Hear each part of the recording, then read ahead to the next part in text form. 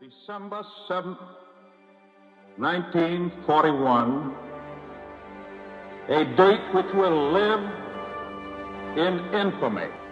On December 7th, a surprise military attack on Pearl Harbor is launched by the Empire of Japan, the following events of which lead to not only the most egregious, but deplorable injustices committed in American history: the mass eviction, relocation, and detention of hundreds of thousands of Japanese Americans.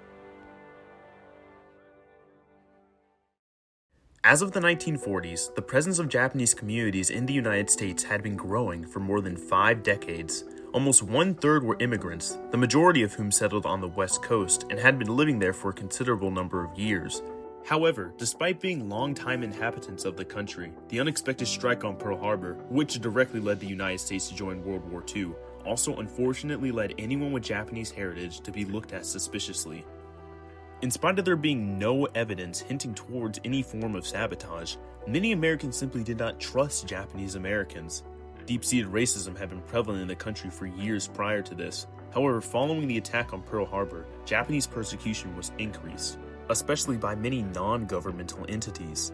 White supremacist groups such as the Native Sons of the Golden West and the Japanese Exclusion League, even Jap hunting licenses were distributed.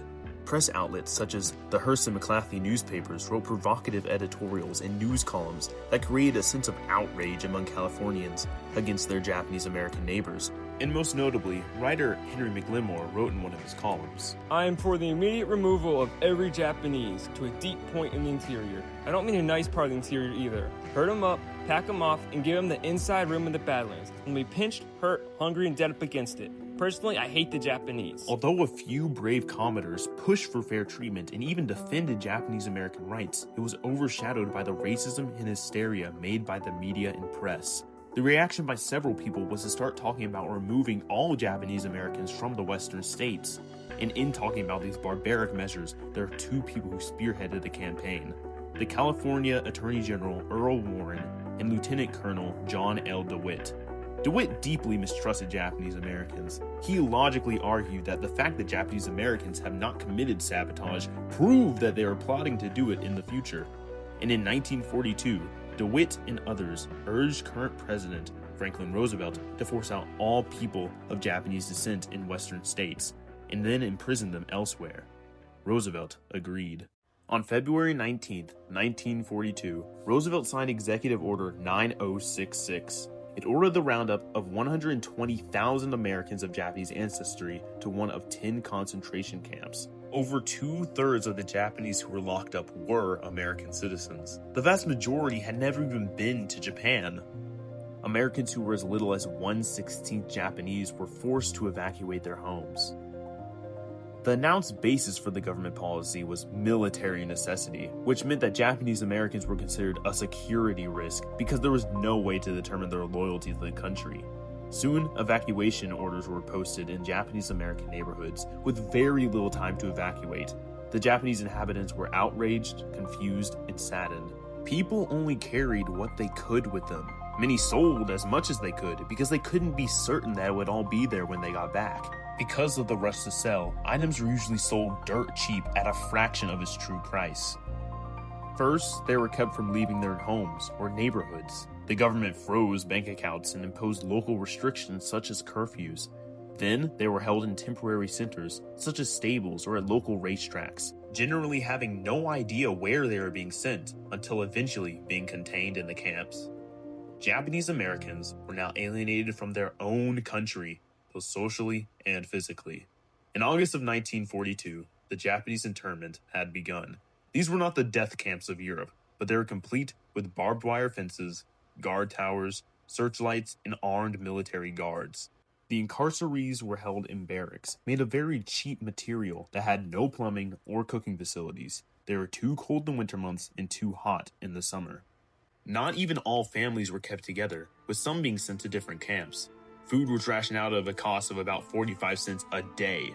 The United States government hoped that the Japanese Americans could grow their own food. However, the conditions were too poor for growing crops, for the camps were located in isolated deserts. The government also failed to provide adequate medical care. many people fell ill and were unable to receive proper treatment due to the cramped and overcrowded unsanitary areas. Children were traumatized by the whole experience. Adults could work if they wanted to for a small salary of about $5 a day. American-born Japanese often had more prestige in the camps than the older generation Japanese who were not native to the United States. The hardship was real, however the people persevered. Many tried to create a sense of normal while in the camps, creating newspapers, schools, and churches. And in many cases, brave Japanese Americans rebelled, organizing labor strikes, and even rioting at their own risk, such as the 1942 sit-down strike at the Santa Anita Assembly Center. There were also many instances of civil disobedience, like refusing to answer a loyalty questionnaire. These revolts occurred not just inside, but outside of the camps as well. One such case is of a brave man named Fred Korematsu. Korematsu was a Japanese American living in California prior to the internment camps. He believed Roosevelt's order was wrong and refused to follow it. After his family was sent to the camps, he stayed behind, became a welder, and tried not to stand out, even changing his name and getting a fake ID. However, eventually, he was caught and put in a federal prison. Shortly after, the ACLU reached out and offered to represent him in court. Together, they argued that Executive Order 9066 directly violated the Due Process Clause of the Fifth Amendment. He went through many stages, eventually appealing to the Supreme Court, who agreed to hear the case. They compared it to a previous case called Hirabashi v. the United States, which ruled in favor of the executive order. The court sided with the United States, claiming that Executive Order 9066 was justified and essential to America's safety. They said the need to protect America from espionage was more important than individual rights. The decision was certainly controversial among the judges, with a vote ratio of 6-3. One of the judges, Frank Murphy, who dissented, notably said, "The decision was basically the legalization of racism, and this racial discrimination directly went against everything the United States stood for." Furthermore stating, "All residents of this nation are kin in some way by blood or culture to a foreign land, yet they are primarily and necessarily a part of the new and distinct civilization of the United States." Korematsu v. the United States goes down as one of the worst court decisions in our history. Finally, in 1945, the United States won World War II.